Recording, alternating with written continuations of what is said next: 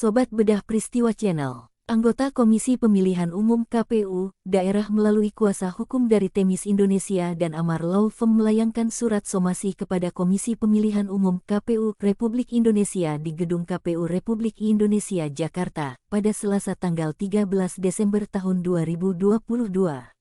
Dilayangkannya somasi ini, kuasa hukum dari Themis Indonesia Law Firm, Ibnu Syamsu Hidayat mengatakan, karena adanya dugaan kecurangan, manipulasi data, dan pelanggaran hukum dalam proses verifikasi faktual partai politik calon peserta pemilu 2024 oleh KPU Republik Indonesia.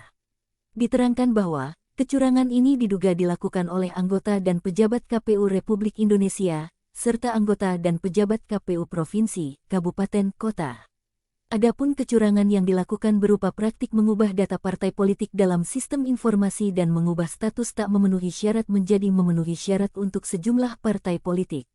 Ibnu mengungkapkan, somasi dilakukan setelah ia menerima aduan atau laporan dari berbagai anggota atau ketua komisioner KPU di daerah dan pegawai teknis KPU terkait kecurangan tersebut.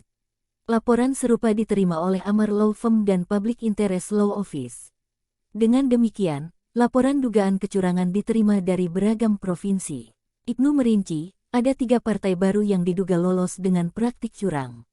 Partai baru tersebut belum memiliki kursi di DPR, yaitu Partai Gelora, Partai Garuda, dan Partai Kebangkitan Nusantara (PKN).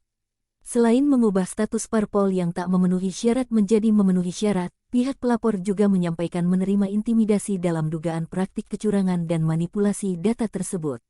Berdasarkan cerita dari teman-teman juga, adanya sebuah dugaan intimidasi dari KPU Pusat kepada teman-teman di daerah, kepada KPU di provinsi maupun di daerah, untuk melakukan hal itu, ujar Ibnu seperti yang dikutip Bedah Peristiwa Channel dari media kompas.com Selasa, tanggal 13 Desember tahun 2022.